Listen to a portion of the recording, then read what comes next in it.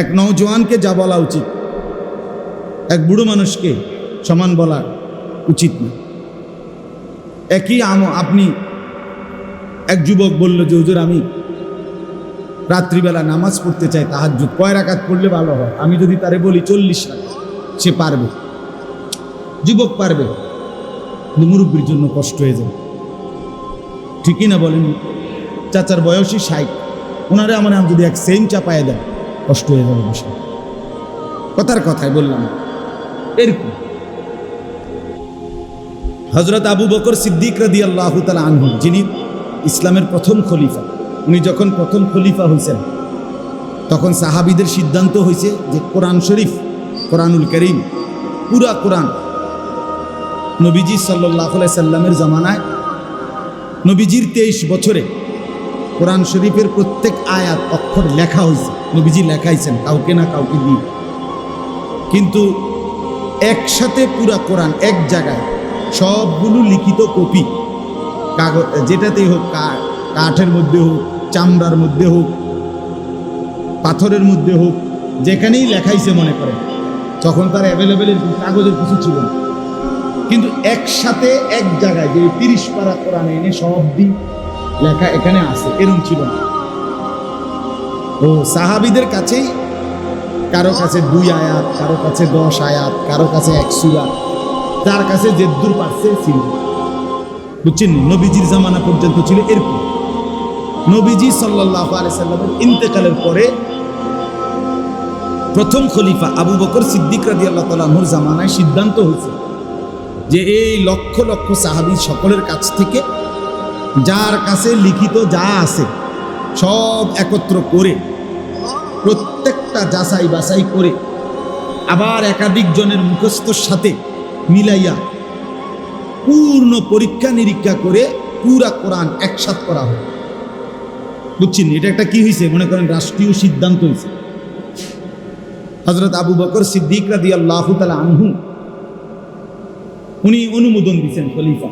এখন প্রশ্ন হয়েছে, এই যে ভারী কাজটা, এত বড় প্রকল্প, লক্ষের চাইতে বেশি সাহাবীর থেকে সবগুলো সংগ্রহ করা, সবগুলোকে যাচাই বাছাই করা, আবার এগুলোকে আপনার একত্রিত করা, অনেক বড় কাজ। দেখি ছোটখাটো একটা কাজ। একটা রোড স্যাংশন হইলে এইটা আপনার কন্ট্রাক্টর পর্যন্ত, কাম শুরু পর্যন্ত কত ফাইল, কত সিস্টেম, কত কিছু ঘুরাই, ঠিক না? বলে নাকি বস্তাত করে টাকা আইনে এটা শুরু করে দেয়। অনেক কিছুর প্রসেসিং পরে গিয়ে এটা কি হয়, কাজটা শুরু হয়। এখন সাহাবায়ে কেরামের মধ্যে এই মশওয়ারায় সিদ্ধান্ত হচ্ছিল যে এই কাজটা কে করবে, মানে মেন দায়িত্বটা কার, এই কোরআন সংকলনের কাজটা কে করবে? এত বড় কোরআন, এত বড় কাজ। হযরত আবু বকর সিদ্দিক রাদিয়াল্লাহু তাআলা আনহু তখন ওই নবীজির জামানায় যারা যারা কোরআন শরীফ লিখত, মানে নবীজি লেখাইতেন যা করে দিয়া, এর মধ্যে সবচেয়ে বেশি লেখছেন যিনি, তিনি ছিলেন সবচেয়ে কম বয়সী, লেখছেন বেশি, হযরত যায়েদ ইবনে সাবিত রাদিয়াল্লাহু তাআলা আনহু। মাত্র 13 বছর বয়সে নবী সাল্লাল্লাহু আলাইহি সাল্লামের কাছে থাকতেন উনি, আর যখনই কোরআন নাজিল হইত তিনি আল্লাহ নবী সাল্লাল্লাহু আলাইহি সাল্লামের জবান থেকে উচ্চারিত কোরআন লিখতেন। এখন আবু বকর সিদ্দিক রাদিয়াল্লাহু তাআলা আনহু যখন খেলাফত, এই সময় আইসা ওনার বয়স 16, ওই ছোট মিয়া। তো হযরত আবু বকর সিদ্দিক রাদিয়াল্লাহু তাআলা আনহু সাহাবীদের সামনে, বড় বড় সাহাবী সব এখানে, ওমর, ওসমান, আলী, আব্দুর রহমান, কত বড় বড় সাহাবীরা সিনিয়র, সবার সামনে উনি প্রস্তাব দিলেন যে এই কোরআন সংকলনের এই ভারী কাজ, এই বিশাল প্রকল্পটা, এটার প্রথম জিম্মাদার, মেন দায়িত্বশীল দেওয়া হোক, আমার প্রস্তাব এই 16 বছরের যায়েদ ইবনে সাবিতকে, এই নওজোয়ানকে দেওয়া। আবু বকর সিদ্দিক বললেন, সবাই বললেন জি, আপনি তাহলে জিজ্ঞেস করেন ওই পারবে কিনা, বুঝলেন? তো ওনারে ডাক দিছে, ডাক দিয়া না বসাইয়া হযরত আবু বকর সিদ্দিক রাদিয়াল্লাহু তাআলা আনহু জিজ্ঞেস করলেন, যায়েদ পুরা বিষয়টা তো বললেন যে কোরআনুল কারীমকে সংকলন করতে হবে, একসাথ করতে হবে, যত সাহাবীর কাছে যা আছে সব আনতে হবে, প্রত্যেকটা আয়াত লিখিত মিলাইতে হবে, একাধিক কপি। আবার সাহাবীরা যারা মুখস্থ পারে তাকেও স্মৃতির লগে এটা মিলাইতে হবে, ওনারা পড়ব তুমি মিলাইবা, ওনারা পড়ব, এটা কোনো খামখেয়ালি কথা না। এই পুরা প্রকল্পটা বাস্তবায়ন করা, কোরআন সংকলন করা, এই কাজের প্রধান তোমাকে বানাইতে চাই। আমার প্রস্তাব, তোমার কি খেয়াল, তুমি পারবে না? হাদিসে স্পষ্ট আছে, আমরা নিজে পড়ছি। ওই 16 বছরের নওজোয়ান যুবক, তিনি মুচকি হাসি দিয়ে বললেন, আমিরুল মুমিনিন, আপনি কি বললেন?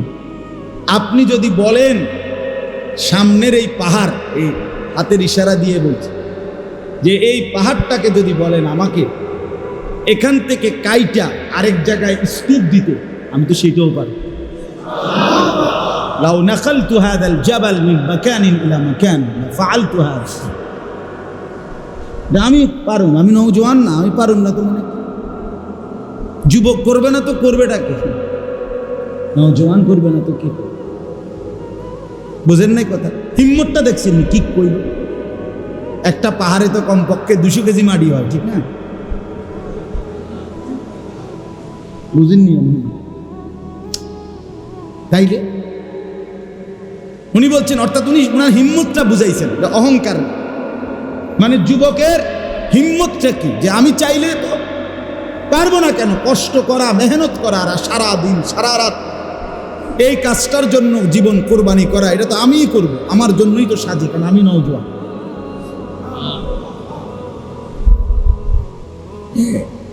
যুবকের মধ্যে অসম্ভব শক্তি।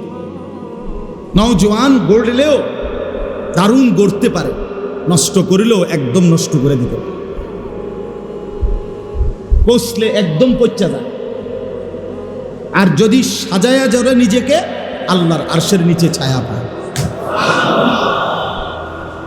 নবী সাল্লাল্লাহু আলাইহি সাল্লাম বলেছেন, হ্যাঁ, 4 ধরনের ব্যক্তি আল্লাহর আরশের নিচে জায়গা পাবে হাসরের ময়দান। তার মধ্যে 7 ধরনের মধ্যে 2টাই যুবক। একটা হলো যে যুবক শাবুন নাশাআ ফি ইবাদাতিল্লাহ, যে তার যৌবনকাল আল্লাহর বন্দেগীতে কাটে। 2 রাজুলুন দাআতহু ইমরাআতুন যাতু মানসাবিন ওয়া জামালিন ফাকালা ইন্নী আখাফুল্লাহ।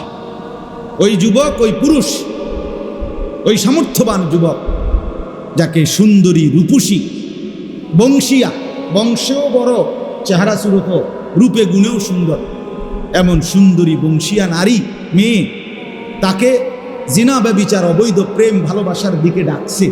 আর সেই যুবক, সেই পুরুষ উচ্চ কণ্ঠে বলে উঠছে, না, আমি আল্লাহকে ভয় করি। আল্লাহ নবী সাল্লাল্লাহু আলাইহি সাল্লাম বলেন, আল্লাহ তাআলা সাথে সাথে আরশে আজিম থেকে ঘোষণা করে, যুবক, আমি তোকে আমার পাশে বসতে দেব, হাসরের ময়দানে তুমি আমার পাশে বসো, আমার আরশের ছায়ায় বসো। একজন বিশ্ববিখ্যাত বুজুর্গ ছিলেন হযরত মালিক ইবনে দিনার রাহমাতুল্লাহ আলাইহি। উনি বলতেন, ইন্নামাল খায়রু ফিশ শাবাব, কল্যাণ, সমৃদ্ধি, খায়ের যত কিছু সব যুবকের মধ্যে, যৌবনের মধ্যে। এই জন্য নওজোয়ান ভাই আমার, কাজে লাগাইলেও এটাই হায়াত, নষ্ট করে দিলেও এটাই হায়াত। এই রাতও আর ফিরবে না, দিনও আর ফিরবে। 24শে জুলাই 2024 রোজ বুধবার, পৃথিবীতে আর কোনো দিন এই শিরোনাম হবে না। হবে কি? আগামী বছর 24শে জুলাই হবে, কিন্তু সেটা 25 সাল। আগামী সপ্তাহে বুধবার আসবে, কিন্তু সেটা 24 তারিখ। হুবহু এই শিরোনাম আর হবে হবে আর হবে না। কোনো রাত আর ফিরে না, কোনো দিন আর ফিরে না, কোনো ঘন্টা আর ফিরে না, কোনো সেকেন্ড আর ফিরে না। ইউকাল্লিবুল্লাহুল লাইলা ওয়ান নাহার, আল্লাহ বলেন আমি রাত্র দিন পরিবর্তন করে থাকি।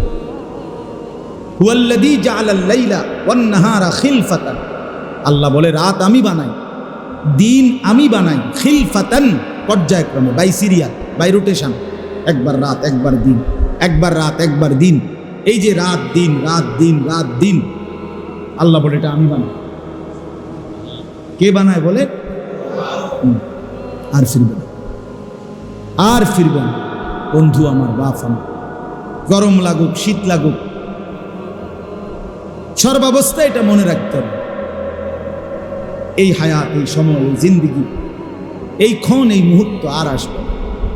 আমার কাছে কিতাব আছে আরবি, ইমাম ইবনু রজব হাম্বলি রহমাতুল্লাহর কিতাব লাতাইফুল মাআরিফ কিতাবের মধ্যে উনি বলছেন, প্রতিটা দিন পৃথিবীবাসীকে ডাক দিয়ে বলে, হে জগৎবাসী, আমি শুধু আজকের জন্যই এসেছি, আমি আর কোনোদিন এই পৃথিবীতে ফিরব না। আল্লাহর বান্দা, আমারে নষ্ট করো না, কাজে লাগো, কসম করো। প্রতিটা রাত সন্ধ্যা যখন আসে আবার ডেকে বলে, হে আল্লাহর বান্দা, আমি রাত আজকের জন্যই এসেছি, আর আসবো না, আমারে নষ্ট করো না, কাজে লাগো, কাজে লাগো। ওয়ালতানজুর নাফসুম মা কদ্দামাত লিগাদ, আল্লাহ বলছে প্রত্যেকে খেয়াল করো আজকে তুমি আগামীকাল কিয়ামতের জন্য কি পাঠাইছো। এটা কোরআনের আয়াত, সূরা হাশরের মধ্যে আছে। আজকে খেয়াল করো, রাত একটু পরে আমরা সবাই ঘুমায় যাব, চোখ মিললেই ভোর হয়ে যাব, তার মানে আজকের জন্য শেষ, হিসাব মিলায়ও। আল্লাহ বলছে ওয়ালতানজুর নাফসুন, প্রত্যেকেই খেয়াল করো মা কদ্দামাত লিগাদ, আগামীকাল কিয়ামতের জন্য আজ কি পাঠিয়েছ, কি পাঠিয়েছ। নওজোয়ান বন্ধু আমার, দুনিয়া কখনো রাত, কখনো দিন, কখনো আলো, কখনো অন্ধকার, কখনো সুখ, কখনো বেদনা, কখনো আনন্দ, কখনো অস্থিরতা, কখনো পেরেশানি, এমনি এমনি পার হয়ে যায়, পার হয়েছে। এখানে আলো আছে তো অন্ধকার আছে, এখানে রোদ আছে তো বৃষ্টিও আছে, এখানে কেউ হাসে তো একটু করে কাঁদে, এখানে আনন্দ তো বেদনাও আছে। কিন্তু খোদার কসম, আখিরাতে হাসরের ময়দানে কবর থেকে একবার যে হাসবে সে আর কাঁদবে না, একবার যে কাঁদবে সে আর হাসবে না।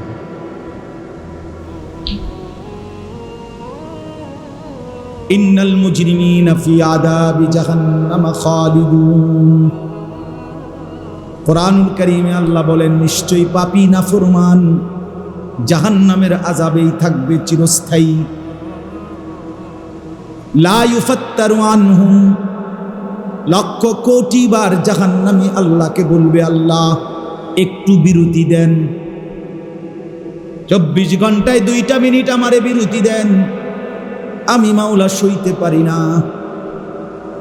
রব্বুল আলামিন বলেন, লা ইউফাত্তারু আনহুম, 1 সেকেন্ডের জন্য না ফরমান কোনো বিরতি দেয়া হবে না।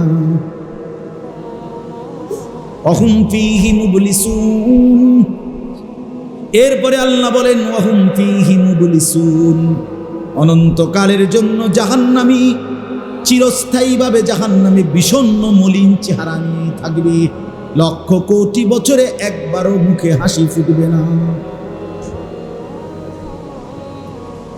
ওয়ামা যালামনাহুম ওয়ালাকিন কানু হুমুজ যালিমিন, এরপরে আল্লাহ বলেন জাহান্নামী চিৎকার করবে আর আল্লাহ বলবে, বান্দা বিশ্বাস করো বান্দা, আমি তোমার উপরে জুলুম করি নাই, তুমি নিজেই নিজের উপরে জুলুম করেছো। মনে করে দেখো বান্দা, প্রতিটা ইবাদতের জন্য আমি যথেষ্ট পরিমাণ সময় দিয়েছি, তো তুমি পাত্তা দাও নাই। 1টা বাজে জোহরের আজান হইছে, 4:45 বাজে গিয়া আসরের নামাজের আজান হয়েছে, মাঝখানে 3.5 ঘন্টা 4.5 ঘন্টা সময় পার হয়েছে। 10 রাকাত নামাজ পড়তে 3.5 ঘন্টা সময় লাগে না? লাগে কি? কেন পড়লা না?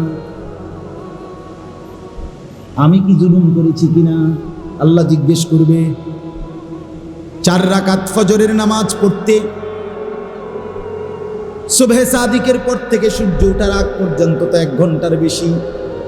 আমার বান্দা 1 ঘন্টা তো লাগার কথা ছিল না, 4 রাকাত নামাজ পড়তে তো 10 থেকে 15 মিনিটের বেশি লাগে না, যত্ন নিয়ে পড়লেও কেন পারলা না? এই নাফরমান, যারা নামাজ পড়ো না, নওজোয়ান মুসলমানের বাচ্চা, মায়ের পবিত্র দুধ খাইছো 2 বছর, মুসলমানের ঘরে বড় হইছ, কেমনি নামাজ পড়ো না? রাসূলুল্লাহ সাল্লাল্লাহু আলাইহি সাল্লাম বলেন, ফজরের নামাজ যে পড়ে না, খোদার কসম নবী বলে ওইটা খবিশ। বেটা তুই খবিশ, খবিশ, খবিশ বেটা, যে ফজরের নামাজ এটা খবিশ, অপদার্থ, এটা কাসলান, এটা অলস, অপদার্থ, দজবঙ্গ, এটা ফালতু। রাসূলুল্লাহ বলছে খবিশ বেটা তুই। আর নবীজি বলছে খবিশ থাকে বাথরুম। খবিশ থাকে কোথায়? হুজুর, বাথরুম। এজন্য নবীজি বাথরুমে ঢুকতে, পেশাব পায়খানায় ঢুকতে দোয়া পড়তেন কি? আল্লাহুম্মা ইন্নী আউযু বিকা মিনাল খুবুসি ওয়াল খাবাইস। অর্থ, আল্লাহ খবিশ থেকে পানাহ চাই। এটার অর্থ এইটাই। ফজরের নামাজ যে পড়ে না সে খবিস, ফজরের নামাজ যে পড়ে না সে কাসলান, অলস। ফজরের নামাজ যে পড়ে না, আল্লাহর নবী বলেন যাকা রাজুলুন বালা শাইতানু ফি উদুনাইহি, এটা এমন ফালতু লোক, শয়তান যার 2টা কানে মুত্তা দিছে। নবী বলছে কেডা মুতছে চাচা? শয়তান। তোর কানে শয়তানে মুতছে, শয়তান। শয়তান, তালিবাস অন্ত্যেষ্টিয় তো আকার তা দৈন্তান্ন, শয়তান তোর 2 কানে মুতছে। বেনামাজি দাঁড় করাই, এখন দাঁড় করাই, চেহারা দেখলেই তো বোঝা যায়। বেনামাজির চেহারা তো দয়ামায়াহীন, নির্দয়, পাষাণ, নির্লজ্জ, বেহায়া, বেশরম, অসভ্য, গাদ্দার। বেনামাজি গাদ্দার, গাদ্দার, গাদ্দার, গাদ্দার। ছোটখাটো গাদ্দার। এখনো মেম্বার চেয়ারম্যানের লগে গাদ্দারামি করে না, এখনো এমপি মন্ত্রীর লগে গাদ্দারামি করতে, আরশে আজিমের মালিকের সাথে গাদ্দারামি করে। তার চাইতে বড় বেয়াদব আর কেউ হইতে পারে। আপনি কার লগে তেরামি করেন বুঝিন? কথা বলেন না। যে নামাজ পড়ে না সে কার লগে তেরামিটা করতেছে? ইমাম সাহেবের লগে। তার মতো কি সে ছোটখাটো বেয়াদব? কি ছোটখাটো গাউরা? একটা আসার দিব বেটা, ফেরেশতা একটা আসার দিব। কোরআন শরীফে আছে দোস্ত, রব্বুল আলামিন হাসরের ময়দানে নাফরমানকে বলবে, ফেরেশতাকে ডাক দিয়ে খুজুহু ফাগুল্লুহু, আল্লাহ বলবে ফেরেশতা তারে ধর, তারে শক্ত করে বেঁধে ফেল। কোরআন শরীফের আয়াত, তারে বাঁধে। আল্লাহর কসম বন্ধু, আমি নিজে তাফসীরে পড়ছি। আল্লাহ যখন জাহান্নামী নাফরমানকে বলবে ফেরেশতাকে যে ওরে বাঁধে হাসরের মাঠে, তো এই দুনিয়ার বান 2 রকমের। একটা হলো খুজুহু ফাগুল্লুহু, আল্লাহ বলবেন তারে ধর, তারে বাঁধে। এবার ফেরেশতা বলবে আল্লাহ বেঁধে ফেলেছি, এবার কি করব? আল্লাহ বলেন সুম্মাল জাহিমা সাল্লু, ওরে একটা লাথি মাইরা জাহান্নামে ফেলে দে। মার লাথি, মার, ত্রাম করে লাথি দে। তারে একটা লাথি মারবি যাতে 1 লাথির লগে জাহান্নামে গিয়া পড়ে। মাতবরি বাদ দুগে খাইয়া এক একজন ছোলা পানের চেহারা, বাবা বাহ, মোবাইল একখান চালায় হেবাটাই, এই আর কোনো কিছু না। সারাদিন বইবে মোবাইল টিপে, বেড়ি চায়, নর্তকী দেখে, উলঙ্গ ছবি দেখে, কখনো খাড়াইয়া মতে, কখনো বইয়া মতে, কখনো আটতে আটতে মতে। মানুষের মাইয়া দেখলে, বেড়ি দেখলে ফিসি ফিসে শীষ মারে, নিজেরা অসভ্য কথাবার্তা বলে, আর কি তাফালিং করে, খালাস। এটাই জীবন মিয়া। এত ফালতু বুঝি মানুষের জীবন হয় বেটা? আজকে যে 5 দিন 6 দিন নেট বন্ধ, তো এখন কেমনে চলো? ওই যুবক, কষ্ট হয় না? আমার তো খুব চিন্তা লাগে। আরে ভোলা পান কি কষ্টে জানি আছে রে। আহারে, যে সারা রাত উলঙ্গ ছবি দেখে তার কলজাটা কেমনে তেজে বিষ খাইতে নাও না, এটাও তো কথা। তে তো বাসের তলে মরে যাওয়ার কথা। নেট নাই তো, কথা বোঝেন না? হে দেখবো কি? হে দেখবে কি? সপ্তাহখানিক আরো থাকলে, নেট না থাকলে বড় বড় মোবাইল দিয়ে ছেলে পেলে দেখবেন কটকুটি খাবে। কটকুটি বোঝেন না? বাঙালি মাল বেছে যেখানে কটকুটি যায়। হায় মুসলমানের বাচ্চা, মুসলমানের ভাই, হায়াতের কদর করে। স্বার্থপর এই দুনিয়ায় কেউ মনে রাখবে না, কেউ না। শুধু শুধু দোস্ত আমার, বন্ধু আমার, বাপ আমার, আপনাদেরকেও বলি, হারাম দিয়ে সন্তান মানুষ করেন না। সুদের টাকা দিয়া সংসার সাজাইয়েন না, সেই সংসার সাজবে না, আপনারও মনে রাখবে না। কিস্তির টাকা দিয়া সংসার বড় করেন না, ওরা আপনার মনে রাখবে না, আল্লাহও মনে রাখবে না। না না, সিটারির টাকা, সুদের টাকা, কিস্তির টাকা দিয়া ফোলা বিদেশ পাঠাইয়েন না, তে আপনার 2 পয়সার উপকারে আসবেন। আরে আখেরাত তো পরের খবর, দুনিয়া তো আপনার খবর লইত না। বৃদ্ধাশ্রমে পাঠাই দিবে। বাংলাদেশে খুব বেশি বৃদ্ধাশ্রম বাড়তেছে, আমি দেখতেছি। গত 3 দিনের মধ্যে 2খানে দেখছি, 4 তলা বিল্ডিং, বিরাট বিরাট বৃদ্ধাশ্রম হইতেছে। এটা অশনি সংকেত, এটা রেড সিগন্যাল। ছেলে পেলে অল্প সময়ের ব্যবধানে দেখবেন, আব্বা মারে, ও আব্বা কোনো অসুবিধা হইতো না, আপনার টাকা যা লাগে মাসিক আমি জমা দিয়ে যাবো, খানা দানা, এখানে পেশাব পায়খানা সব অসুবিধা নাই, 3 বেলা খানা পাবেন টাইমলি। কথা বোঝেন নাই? আশ্রমে, বৃদ্ধাশ্রমে দিয়ে আস। এই বাংলাদেশে দেখেন। হ্যাঁ, তখন বুঝবেন, তখন মনে পড়বে, হায় সন্তান, তোর জন্য আমি কত রাত বিনিদ্র কাটাইছি, তোরে বড় করতে গিয়ে আমি হালাল হারাম কিছুই বাঁচি নাই, আমার মালিকের একটা সেজদা দিবারও টাইম পাই নাই, নিজেকে ভুলে সংসার গড়তে চেষ্টা করছে। আজ আর সংসারের কেউ আমারে মনে রাখে। স্বার্থপর এই দুনিয়া। সামনের সিএনজি অ্যাক্সিডেন্ট করে 3 জন মরে গেল, পিছনের সিএনজি থামে না, সে পাশে দিয়ে চলে যায়। সামনের গাড়ি আর পুরা গাড়ি যদি মাইরা যায় মানুষ, পিছনের গাড়ি থামে না, সাইডি দিয়া জ্যাম ভাঙ্গা কাইটা আস্তে আস্তে চপ চলে যায়, কেউ থামে না। স্বার্থপর এই দুনিয়া, কেউ মনে রাখে না। দুপুরবেলা যারা তাদের মাকে বাবাকে জানাজা পড়াইয়া দাফন করছে, কানছে, ওরাও রাত্রেবেলা আসার পরে পাশের বাড়ির থেকে ভাত তরকারি রান্দাইয়ে এরা পেট ভরে ভাত খায়। হ্যাঁ, খায় না? স্বার্থপর। ওমা হাদিহিল হায়াতুদ দুনিয়া ইল্লা লাহবুন ওয়া লাইব। রব্বুল আলামিন বলে, বান্দা, দুনিয়ার জীবন তামাশার খেলাধুলা ছাড়া আর কিছু নয়। উজানির পিসা হুজুর বলতেন, বাবা, বাচ্চা যেমন মালা ঠোলা নিয়ে বিকালে খেলতে বসে, সন্ধ্যা যখন হয়ে যায়, অন্ধকার ঘনিয়ে আসে, তখন বাচ্চার মা যখন ডাক দেয়, বাচ্চা যখন মালা টোলা সব কিছু হাত দিয়ে বাড়ি মাইরা ফেলে দিয়ে সব মায়ের কাছে ছুটে যায়। রব্বুল আলামিন বলে, বান্দা, 60 বছরের দৌড়ঝাঁপ, লাফালাফি আর ফালাফালি ফেলে আমি যখন ডাক দেব, মালাকুল মউত একটা টান দিয়ে তোকে আমার কাছে নিয়ে আসবে। মালা ঠোলার এই দুনিয়া চলে যাবে।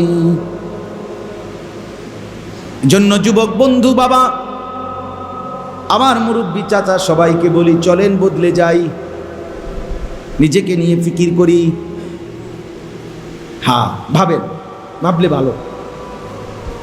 দোস্ত আমার, ভাবলে ভালো। চাচা আমার, ভাবলে ভালো। আমি ফেরিওয়ালা, আমি দিল জাগাইতে চাই, বিবেক জাগাইতে চাই। শুধুই কেবল আপনার কাছে জ্ঞানের বাহাদুরি দেখানো মাকসাদ না। ছেলেরা মহব্বত করে আমি দেখছি, আলহামদুলিল্লাহ, অনেক আগ্রহ। আল্লাহ তাআলা প্রতিটা ছেলের আগ্রহ কবুল করে নেন। ওরা ফিরতেছে ইনশাআল্লাহ, হতাশ হয়েন না, নওজোয়ান ফিরতেছে ইনশাআল্লাহ। ইনশাআল্লাহ নাফরমানি যেমন বাড়ছে, ইমানদারও বাড়ছে। হতাশার কিছু নাই, হতাশ হওয়ার সুযোগও নাই। আমি অনুরোধ করছি আমরা প্রত্যেকে এটা ইনসাফের সাথে, ওই যে আয়াত পড়লাম, আল্লাহ বলবেন বান্দা আমি জুলুম করি নাই, তুমি করছো। আমি হায়াত দিছি, সময় দিছি, আমি রাত দিছি, দিন দিছি, আমি সকাল দুপুর বিকেল আমি দিয়েছি। আমি সকাল না দিলে ফজর পড়বে কেমনে, এজন্য আমি সকাল দিছি।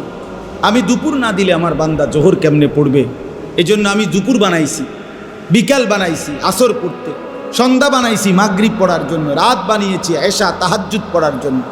আমি তো সুযোগ দিছি বান্দা, আমি তো জুলুম করি না।